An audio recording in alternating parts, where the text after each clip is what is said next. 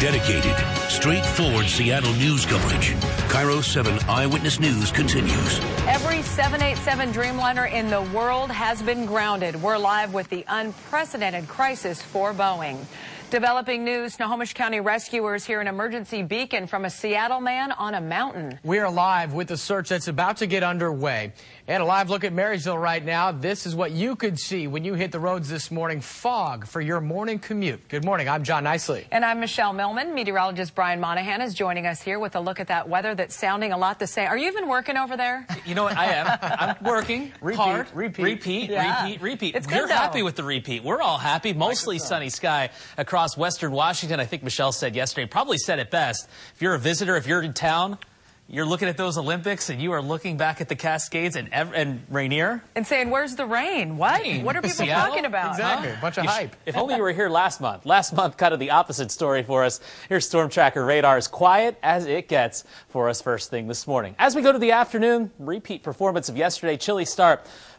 Decent finish. Temperatures back into the low 40s this afternoon. Mostly sunny sky, a very hazy sky in the forecast. Now, it is cold this morning, 27 in Sammamish, a little warmer at Issaquah at 35 this morning, but 28 degrees. That's our temperature this morning around Renton. You saw that DOT camera shot just a second ago. We've got fog and freezing fog out there, a bit of ice on the roads, 21 this morning in Tacoma. Coming up, I'm updating today's hour-by-hour forecast, and we'll look ahead into the weekend, see how long this dry streak sticks around. At 6:01, let's hit the roads. We want to look live at the 167-405 interchange in Renton, where usually it's a tough go. Well, not only that, but it's foggy. The Valley Freeway is crash-free this morning. Boy, yesterday was a tough one. Moving a lot better on your Thursday morning. Here's a spot that's gotten a lot foggier in just the last half hour or so. You're looking at Highway 518 near the Tukwila Light Rail Station. Overnight, airlines and regulators around the world ordered all Boeing 787 Dreamliners to be grounded. We're getting new insight into the serious problem on a Dreamliner that forced the FAA to do something it hasn't done in more than 30 years. The one thing that really worried me was this battery situation. An overheated battery found swollen and leaking liquid in Japan. Now travel experts, people paid to fly, are nervous. I mean, seeing the passengers jumping off the plane and the emergency chutes and that kind of stuff is very frightening. 8 airlines worldwide operate the Dreamliner, and all 8 have grounded their 787 fleets. There is not a single Dreamliner in the air this morning. And this morning, Boeing faces a major task as it works to get these 50 jets safe to fly again. We have team coverage of our crews tracking this story. First to KIRO 7's Jeff Du Bois live at SeaTac Airport with the new developments this morning. Yeah, John, the new developments just keep on coming. This came in just a few minutes ago from the Associated Press that Poland's airline called LOT says it may seek compensation from Boeing for the grounding of its 2 787 Dreamliners. They were both on the ground in Chicago when the FAA instituted that grounding of the Dreamliners. Now, here at SeaTac last night with a Dreamliner flight from All Nippon Airways, All Nippon Airways was supposed to land here, but it was canceled. This morning we just checked, and there's a flight from ANA, All Nippon Airways, that is back on schedule. However, those passengers will be on a 777 instead of the 787 because the Dreamliners aren't flying. It's been a scramble over the last 16 hours since the FAA grounded the Dreamliner. International aviation governing bodies had to figure out if they would follow suit, which most have, and the airlines have had to get new planes in place to replace the grounded Dreamliners. It all stems from 2 fires on board 787s in the past week caused by lithium-ion batteries. KIRO 7 talked to business travel reporter Chris McGinnis last night, who flew an ANA 787 to Tokyo 2 days before the emergency landing this week. And I think that grounding the aircraft, while there are questions, was the right call, as inconvenient as it may be for a lot of people. Now, we also spoke with an aviation safety expert who thinks there may have been other similar incidents with batteries on Japanese-run 787s that haven't been reported yet. That's all going to be part of this investigation, which is expected to keep the Dreamliners grounded for several days and more likely weeks. And coming up in about 25 minutes, I'll take you inside the ticketing area at SeaTac to show you if this is all affecting any of the coming in and going out here at SeaTac Airport. But first, with more information on this battery issue, KIRO 7's Rick Price is live in Everett at Boeing's headquarters there. Derek? Jeff, I want you to take a look across the airport here. Lots of Dreamliners on the ramp here in Everett this morning, also not flying.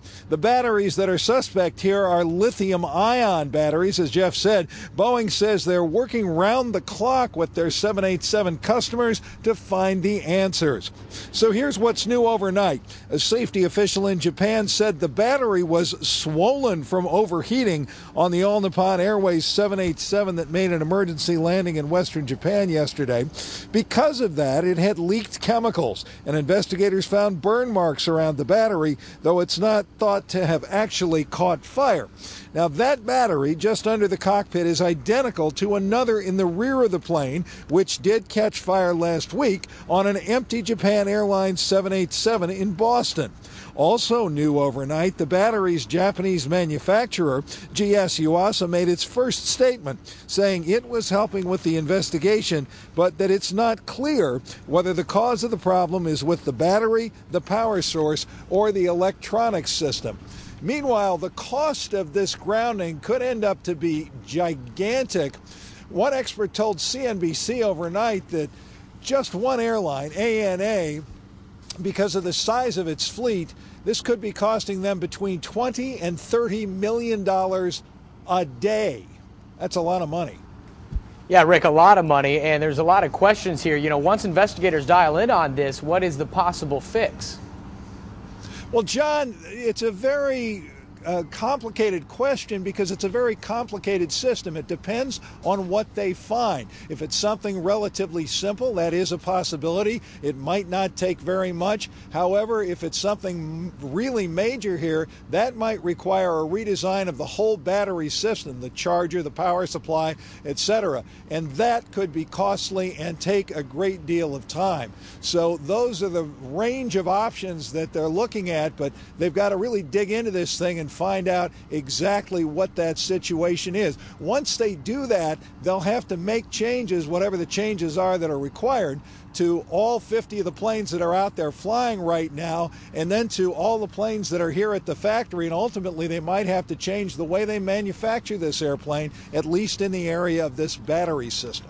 All right, Rick Price live in Everett. Thank you, Rick. So much more to come in this story. We want you to stay with KIRO 7 as Boeing and the government address the risk of the battery fires and decide when the Dreamliner can fly again. We've got up-to-date information on our website, KIROTV.com. It's now 6:07, and the union representing Boeing's engineers and technical workers has given the company a proposal for a new contract, extend the old one.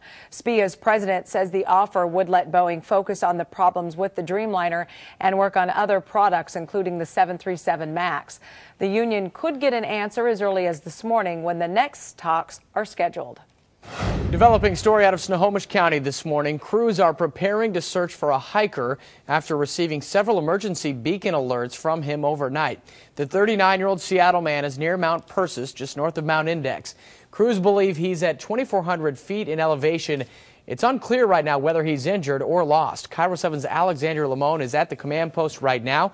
She will have new details for us coming up in 6 minutes. We're getting through the week. It is Thursday. We have weather and traffic every 10 minutes for you. Meteorologist Brian Monahan is checking it all out for us. Hey, Brian. Hey there, Michelle. John, good morning. Pretty quiet again this morning across western Washington. A little bit of ice on the road. We do have that freezing fog, and that'll be the story over the next couple of hours. Otherwise, dry weather. That's the story. It's kind of the lack of rain that's really kind of catching our attention this morning. Today's going to be the 7th straight day without measurable rainfall at SeaTac. Likely to make it 12 days, so really not looking at rain again until next Tuesday night or Wednesday.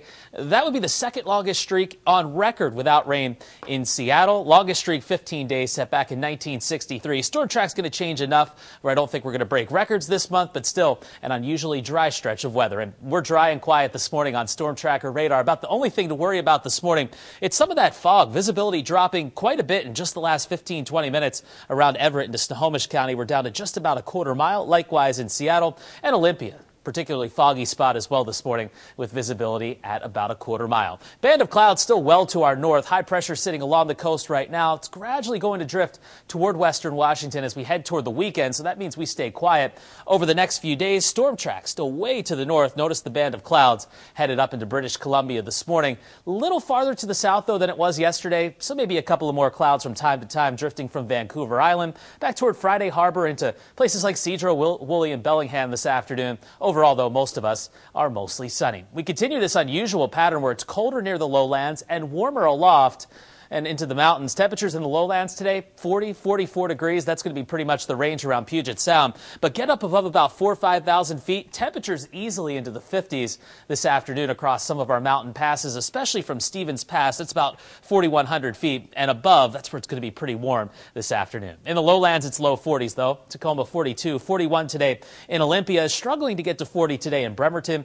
40 our afternoon high temperature around Bellingham. Just a shade warmer tomorrow. I think we'll get into the mid-40s around Seattle and Everett and Tacoma tomorrow, and then back down into the low 40s for us for the weekend. Here is that forecast with the weekend in view. 42, some morning fog giving way to hazy sun this afternoon. A couple more clouds north tomorrow and looking great for the weekend with high pressure still in control. Cold, frosty mornings, but nice afternoons, mostly sunny, low 40s. Want to check the roads right now? We have a new problem on Interstate 5 near SeaTac Airport.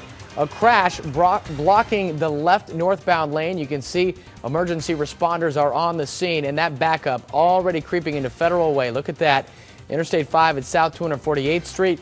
And here at South Graham Street at Interstate 5, we've got a disabled vehicle blocking the left northbound lane along Boeing Field. It's now 6:10. New concern this morning for a whale spotted swimming in Puget Sound. Next, why scientists think this gray whale is in serious danger this morning.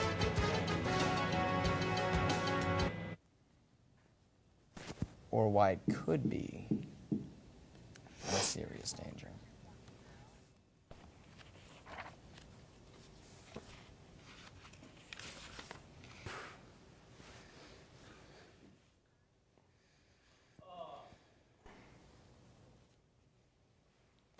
We're following a developing story out of Snohomish County where searchers are gearing up to go look for a hiker at Mount Persis.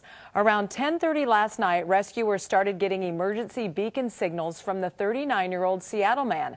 KIRO 7's Alexandra Lamone joins us live from the command post where she just spoke with the head of the search team. This command post was set up around midnight, and we just learned that a team of about 3 crew members was deployed overnight, and they are actually closer to where that hiker is believed to be. Now, we're set up along Highway 2, pretty close to Mount Persis. They are higher up the mountain, but they can't actually get to the hiker because they have to hike there, so they have to wait until daylight. Now, rescuers think that 39-year-old hiker from Seattle is alone, and he's probably not with any other hikers. I have no information that would lead me to believe that he does have anybody else with him. We're following a single set of snowshoes and a dog along with the snowshoes in the snow. Snohomish County started getting the alerts around 10:30 last night, but they say the beacon could have been going off for a while before that. Rescuers right now don't know if that hiker is hurt or lost. Now, the hiker's SUV was found about 3.5 miles away from where this command post is right now. The problem is those alerts are coming from about 1/2 mile up the mountain from where that SUV was found, and it's a steep, rocky terrain, so they can't get there on foot until daylight. Snohomish County is also going to try to send out a chopper when daylight comes, but that could also be a problem because it's so foggy. Now, we also know rescuers did talk to this hiker's family, who says he's an experienced hiker. We don't know, what happened to him and how he got stranded on the mountain, but we will be here, and I'll give you any updates as we get them. All right, thank you, Alexandra. Well, this morning, researchers are worried a gray whale may be in danger after it was spotted in an unusual place in Puget Sound. All right, check out the video. Here it is. Chopper 7 caught up with the whale in the Theophos waterway near Tacoma on Tuesday. Experts say the whale's current location may be an indication that it's in real danger. They say the white area on the whale's back could be a scar from a killer whale attack or a skin infection. When they come down here on the very south sound, they typically have been unhealthy stragglers that have basically wandered in here and often end up dead. We're letting the whale see if it finds its own way out. Experts say the animal should be on its way to Mexico for the winter calving season. They say they need to watch and wait in order to find out for sure if it is sick or injured. If you see that gray whale, researchers want to hear from you. We have their contact information on our website, KIROTV.com. Just go to the Scene on KIRO 7 tab. Police are searching for the teenagers who brutally beat a 12-year-old Marysville boy, leaving a shoe print on his forehead. Austin Calvin had 3 facial fractures and several chipped teeth from Saturday night's attack. You can see the tread mark from a shoe right there on his forehead. Calvin says he was walking to the movies when 2 cars full of teenagers pulled up and jumped him. My friends, they ran. I tried to, but I didn't get away fast enough. Calvin was punched, kicked, and stomped. He blacked out and was rushed to the hospital by his parents. So far, police have made only 2 arrests. Since Washington's new marijuana law passed, there have been more than 130 arrests statewide for driving under the influence of drugs. SeattlePI.com reports 16 of those happened in King County. Statewide, comparing to alcohol, there have been 1,355 alcohol DUI arrests, 240 in King County. The new marijuana law considers drivers impaired with 5 nanograms or more of the chemical THC in their blood. If you're just grabbing your car keys and heading out for work, you may want to give yourself a little extra time. It can be slick out there in places. Some people may have to grab the scraper, Brian, out there. Yeah, a little bit of a sheen on the roads this morning, a little bit of ice. We have temperatures down in the 20s this morning, but nice warm up on the way for us this afternoon. We're in the low 40s and lots of sunshine. It's going to be the story again, but we still have to have the low clouds and the fog break. Good morning. Welcome to your Thursday at 6:18. Here's the visibility right now, just updating live actually up to a mile right now in Everett and Snohomish County, but just a quarter-mile visibility right now, Seattle, Olympia, and we've got a half-mile around Bremerton, so a foggy start this morning across western Washington. That's going to give us a pretty sunrise, sun up at about 7:50 this morning. It'll be a great shot from Queen Anne Hill as we look back live toward downtown Seattle. If you look closely near the ground, you can see a little bit of that gray color indicating some of that fog for us this morning over Seattle. Temperatures are cold at 32, but it's dry again. It's going to be our 7th straight dry day across western Washington. Even though the storm track is just a shade farther south today, might notice a few more clouds across Whatcom County, San Juan County, back into Island County, so across our northern counties. A few more clouds this afternoon, but overall it is mostly sunny. Burn bans continue for Pierce, Snohomish, and also Thurston County, and for all of western Washington, except for the mountains where the air quality is going to be great up above this inversion layer where all the pollution is trapped down low. We have an air stagnation advisory in place for all of Puget Sound and really all of our lowlands across western Washington. Getting to the mountains, though, it's a totally different story. In the lowlands, low 40s, upper 30s, that's going to be it for this afternoon. But above about 4,000 to 5,000 feet, easily into the 50s. We had some places yesterday at about 6,000 to 7,000 feet that got close to 60 degrees yesterday afternoon, a full 20 degrees warmer than we were in the lowlands. Lots of sunshine for today. Here's our radar and satellite model. Again, very quiet. Notice the band of clouds a little bit closer to Bellingham this afternoon. No rain from that, just a few more clouds today, but still mostly sunny overall after that morning fog. Hazy sun on the way for us this afternoon at 42. A touch warmer tomorrow, mid-40s, still below average. Average high 47, and we'll be below that for the weekend, but we'll take this trade. Mostly sunny on Saturday, completely sunny on Sunday after a cold start, into the 40s for the afternoon, and looking ahead to Monday, mid-40s for highs. A rough morning on the roads right now. We have serious backups on northbound Interstate 5 coming out of Federal Way. Check that out. The problem is all related to this here, a crash near SeaTac Airport. It's blocking the left lane of the northbound lanes. There are actually 2 wrecked cars about a quarter-mile apart. We have fog there and in a lot of places this morning. This is I-5 in Everett. Traffic moving in that area, but it is foggy. New this morning, the Jaguars plucked some Seahawks magic from Seattle. The important piece of Seattle's winning formula now headed to Jacksonville. Plus the 3-way trade that ended with a big bat coming to the Mariners.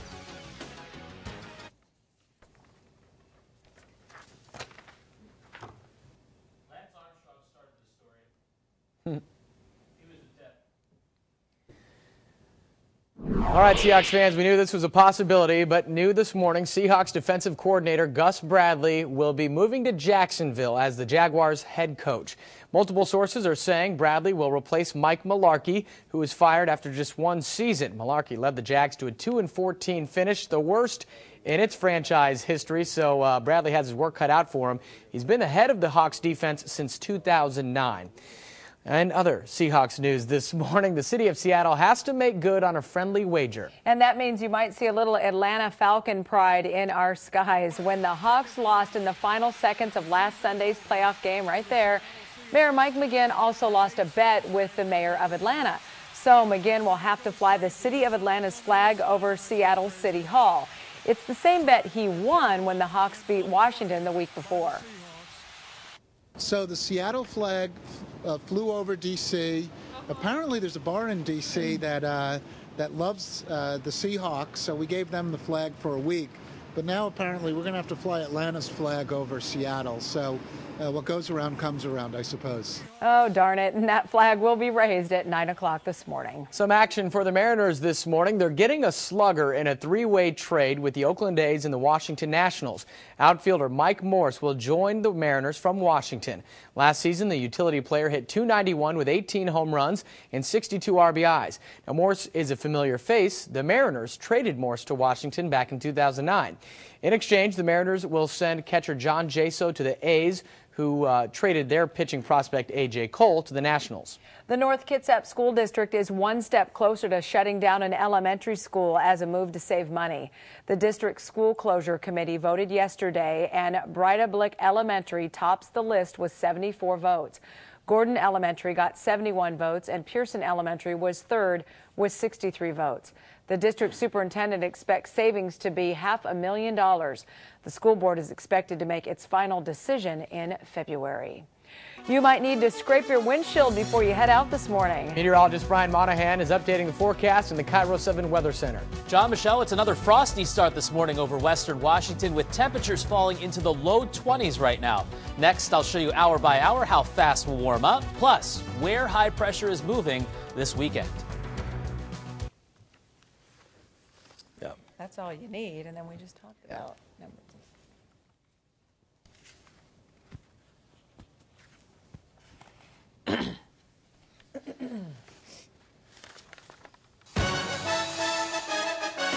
Dedicated, straightforward Seattle news coverage. KIRO 7 Eyewitness News continues. 2 days after this in-flight emergency, the world has followed America's lead in ordering all Boeing 787s grounded. No Dreamliners are in the air. We're live with the deepening crisis for Boeing. Developing news, militants claimed they killed 35 foreigners who were being held hostage at a gas complex in Algeria, the chaotic scene in northern Africa. And we're live with the fight of the century promised by the National Rifle Association after President Obama announced plans to overhaul the nation's gun laws. Good Thursday morning to you. Thanks for joining us. I'm Michelle Millman. And I am John Nicely. Here's a live look at the opening bell on Wall Street right now. Boeing's problem with the 787 dragged the Dow lower yesterday, and the company's stock fell 2% in overnight trading. We will have a fresh update for you on Boeing's stock price in a few minutes. And of course, we'll keep those Dow numbers up on the lower left of your screen there. But now let's get a check on that weather. Here's meteorologist Brian Monahan. It's a chilly start again this morning across western Washington. Some ice on the road as well. We have a lot of fog out there, and it's going to be really foggy as we head toward daybreak this morning. There's the visibility down to just a quarter mile in Seattle, dropping in just the last few minutes around Bremerton. We're down to 0.3 miles, just under 8/10 of a mile right now around Olympia. And you've got that fog, you've got that moisture hitting the ground, and we've got temperatures way down in the 20s this morning. It's heavy jacket weather this morning in Tacoma at 21, freezing in Olympia and Shelton.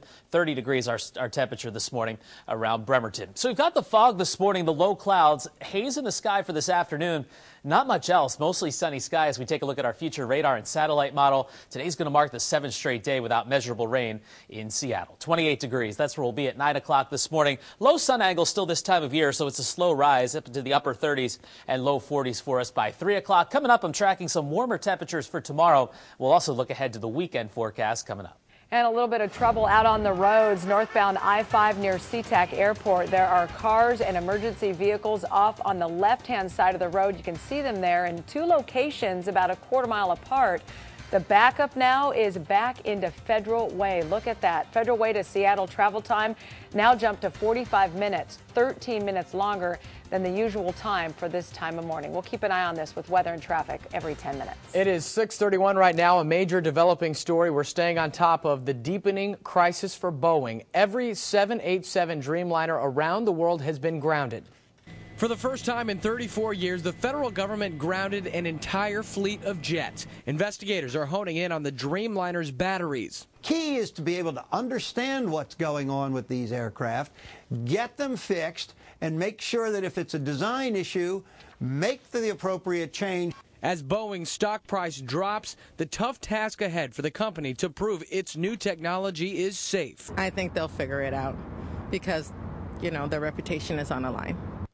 A lot of new developments this morning. Europe's Aviation Safety Agency has now joined the FAA in grounding all Boeing 787 Dreamliners after that smoking battery forced evacuation of one of the planes in Japan.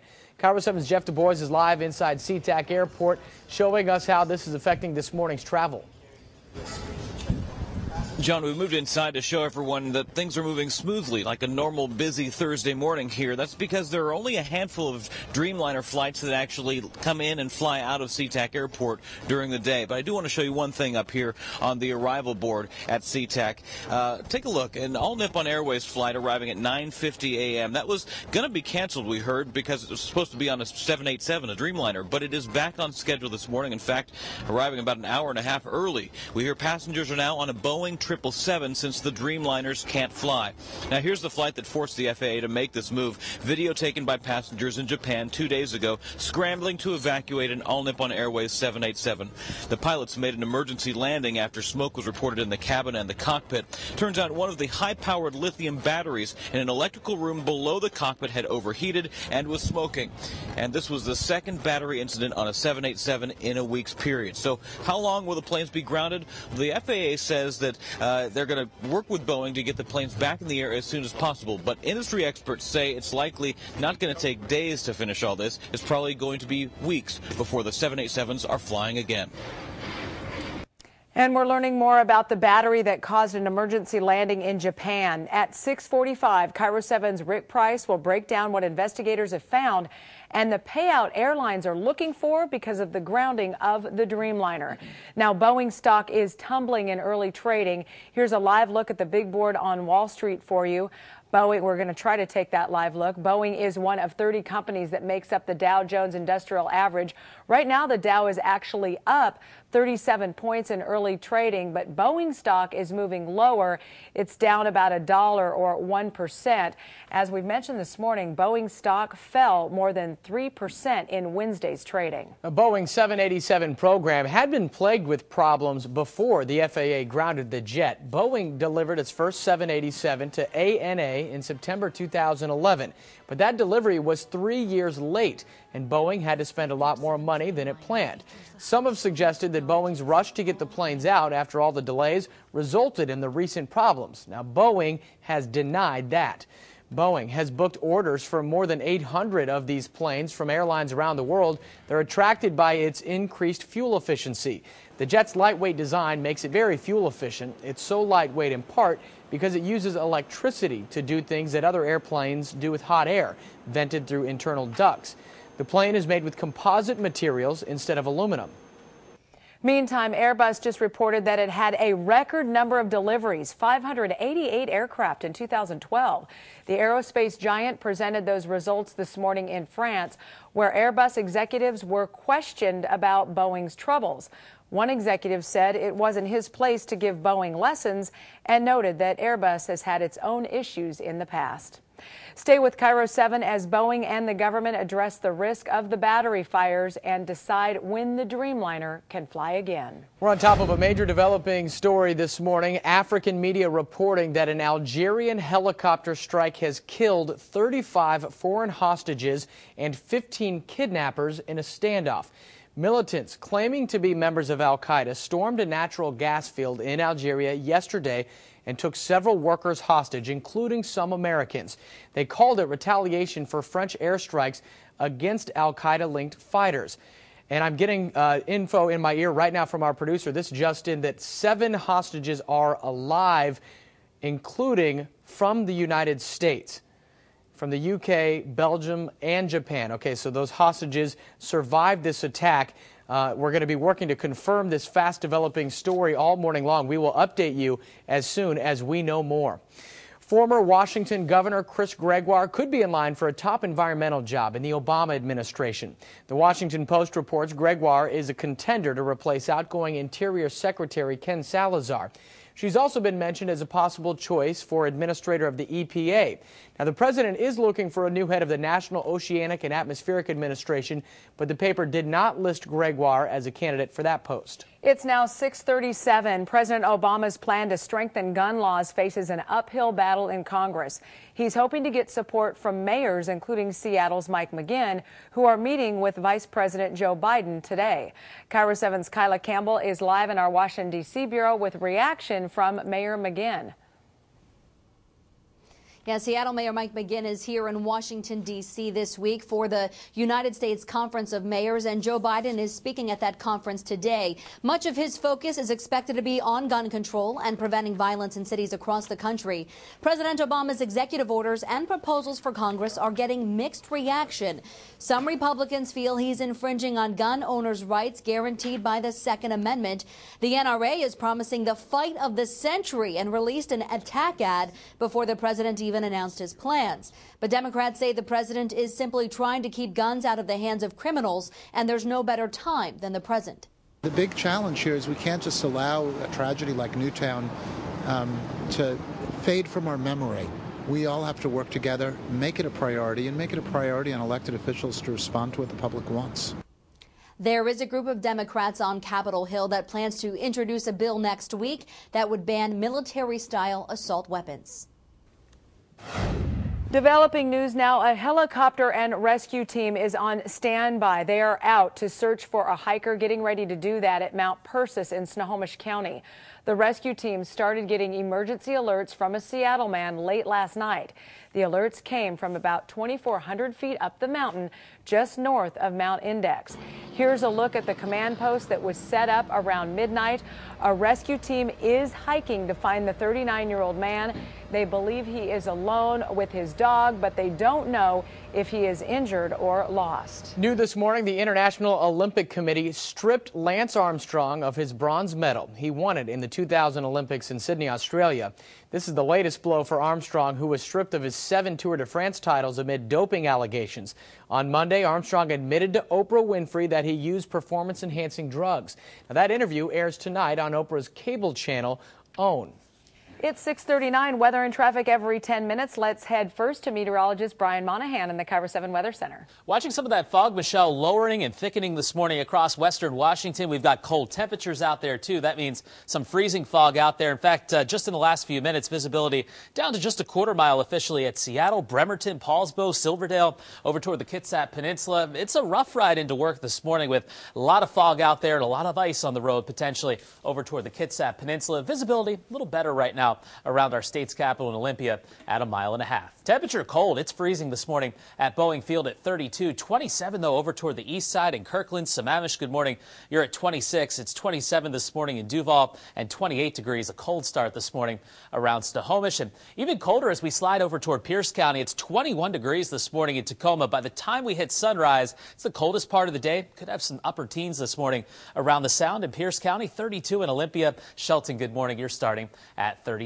Thick band of clouds getting a little closer to us this morning, but we still have high pressure protecting us along the coast. Jet stream level pushing on most of those clouds into British Columbia this morning. Future radar and satellite model, very quiet. Notice just a couple of more clouds up toward Whatcom County this afternoon, so perhaps around Bellingham, southward toward Mount Vernon. Might notice a few more clouds in the sky. Overall, mostly sunny today, pretty similar to yesterday. Low 40s with hazy sunshine for us this afternoon. A couple of more clouds on Friday, still mostly sunny at 45 degrees. And your weekend looking great, mostly sunny on Saturday, very sunny on Sunday. A little hazy, though. Cold starts, frosty starts in the 20s, highs into the low 40s. All right, some issues on the roads this morning. Here's our worst traffic backup, a 12-mile backup into Federal Way. This is from a crash on northbound Interstate 5 near SeaTac Airport. You can see crews still on the scene there on the left northbound lane. The Federal Way to Seattle travel time is 54 minutes, almost an hour.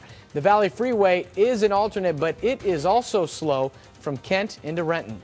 It was a major story during the NCAA football season. Notre Dame's Manti Te'o and his grandmother and girlfriend died within hours of each other. Now we know that girlfriend never existed. Next, why he says he was the victim of someone's cruel internet hoax. Cruel internet ate some trouble. We're staying all over this developing story of Boeing 787. Every Dreamliner in the world fleet is grounded right now after battery incidents on board. KIRO 7's Rick Price is live with the latest from overnight. Rick? Well, Michelle, let's show you a Dreamliner that's going to LOT Polish Airlines, which is saying this morning that it might ask Boeing to compensate it for the grounding of the two that it's got right now. One of those planes is stuck in Chicago, the other in Warsaw, after U.S. and European authorities banned all 787s from flying. So here's what's new overnight. A safety official in Japan said the battery was swollen from overheating on the All Nippon Airways 787 that made an emergency landing in western Japan Wednesday. Because of that, it had leaked chemicals, and investigators found burn marks around the battery, though it's not thought to have actually caught fire. Now, that battery just under the cockpit is identical to another in the rear of the plane, which did catch fire last week on an empty Japan Airlines 787 in Boston. Also new overnight, the battery's Japanese manufacturer, GS Yuasa, pointed out that it's not clear whether the cause of the problem is with the battery itself, the power source, or the electronics system. Now, again, the cost of all this is huge. One expert told CNBC that for ANA alone, the cost of this grounding could be as much as $20 to $30 million every day. So it's adding up fast. Yeah, it's a story we're going to stay on top of, Rick, and you can stay with KIRO 7 as Boeing and the government address the risk of the battery fires and decide when the Dreamliner can fly again. A King County woman is suing Delta Airlines, claiming she was hit in the head by a piece of luggage when an overhead bin opened during takeoff. According to SeattlePI.com, the woman was taking off from Miami last year when she felt a flash of pain and momentarily blacked out. She claims the carrier didn't protect her. Delta has not responded to that lawsuit. United Airlines is raising its prices after a similar move failed earlier this month. United is boosting fares from $4 to $20 per round trip, depending on the mileage of the flight. Back in January, United raised prices by $10, but rolled that back after other airlines failed to follow. In about 15 minutes, American Airlines will unveil its new logo. To show off the new look, at 7 o'clock this morning, the airline will roll out a newly painted Renton-built 737-800 jet. American is in bankruptcy and could merge with U.S. Airways. For the second month in a row, Washington's unemployment rate fell. According to the state, the rate fell 1/10 of a point in December to 7.6%. But the Employment Security Department warned the drop doesn't mean companies are going on a hiring binge. A lot of unemployed people have stopped looking for work. New developments now in the situation in Algeria. BBC is reporting Algerian soldiers have freed 4 foreign hostages after a helicopter strike killed 35 foreign hostages this morning and 15 kidnappers. 7 hostages survived that strike, including 2 Americans. Now, militants claiming to be members of al-Qaeda stormed that natural gas field in Algeria yesterday, taking people hostage. They called it retaliation for French airstrikes against al-Qaeda-linked fighters. A Notre Dame football star's inspirational story about the death of his girlfriend is not real. In fact, she doesn't exist and never did. This entire story turned out to be a hoax, and Manti Te'o and the university say he's the victim. You may remember his emotional story. The Heisman finalist said the death of his girlfriend inspired him to lead his team to the national championship game. Te'o now says he only spoke to his girlfriend online and on the phone. Deadspin.com broke the story and found no record the woman ever existed. Te'o said he was duped into thinking she was real, calling himself a victim of someone's sick joke.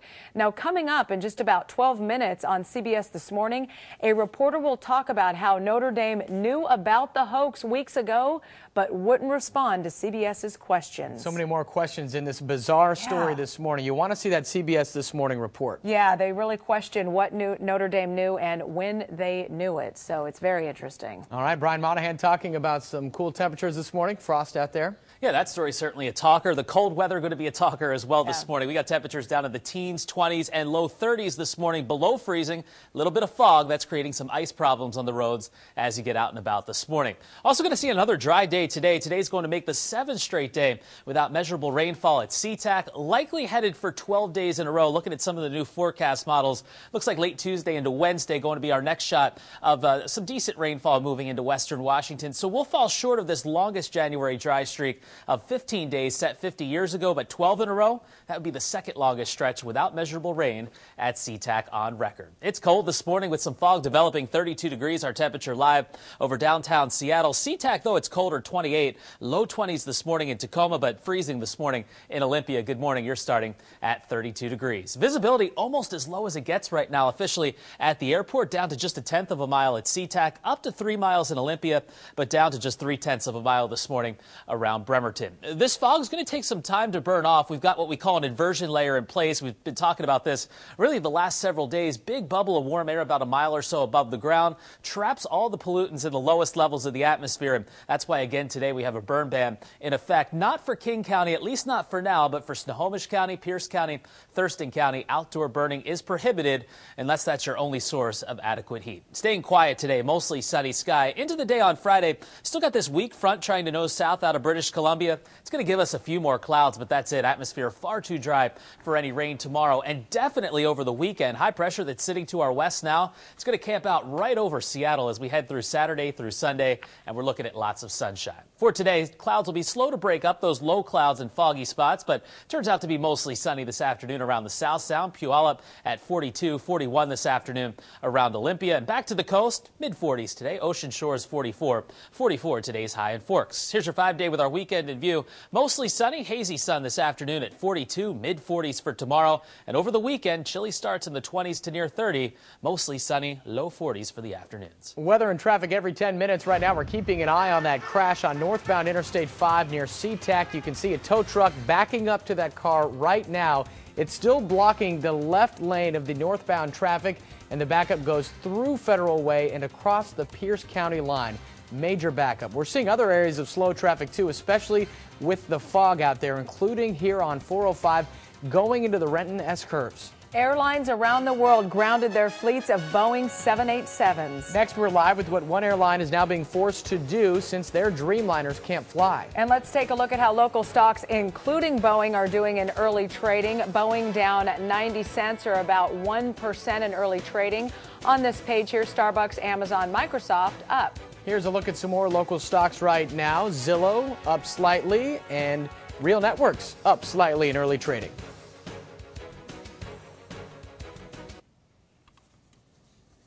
They are.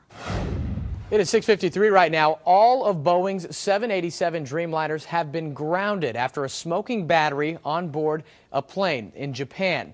New developments have emerged within the last hour. KIRO 7's Jeff Du Bois is live at SeaTac Airport with the developments. John, this came in just, within the last hour. Air India has canceled bookings for its flights on its 6 Dreamliners, so passengers cannot make reservations for those 787 serviced flights.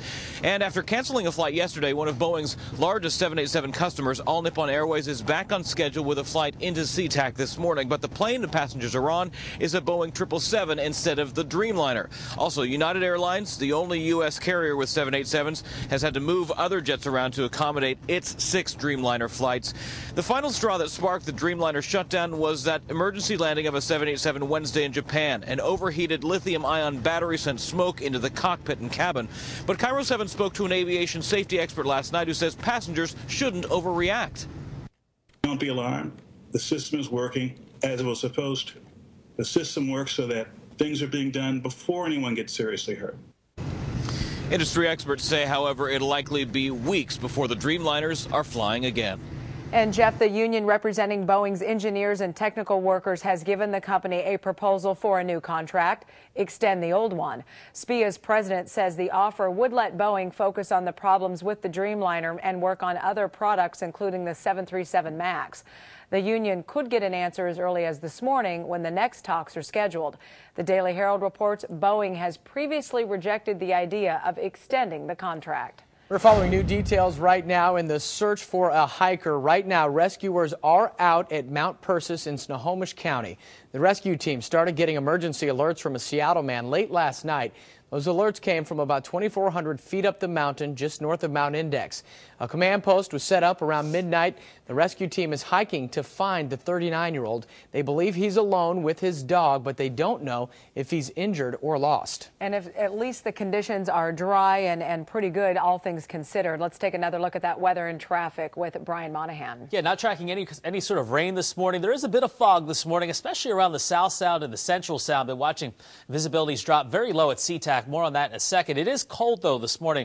We've got 28 in Seattle, low 20s, though. We'll flirt with some upper teens around Tacoma at 21. It's 30 in Everett, Bellingham. You're cooler, though, mid-30s this morning in Whatcom County. There's a look at the visibility down to just a tenth of a mile right now around Seattle. And some of that fog, again, that moisture hits the roads. Roads are cold. It's creating a few slick spots out there this morning, so a little bit of extra time. Maybe not a bad idea as you head to work this morning. Visibility down to about a quarter mile this morning around Bremerton. Here's your 5-day forecast with our weekend in view. Morning fog giving way to hazy sun this afternoon. Pretty much a replay of yesterday at 42. A few more clouds slip in north on Friday. Looking great for the weekend. Mostly sunny, hazy sun.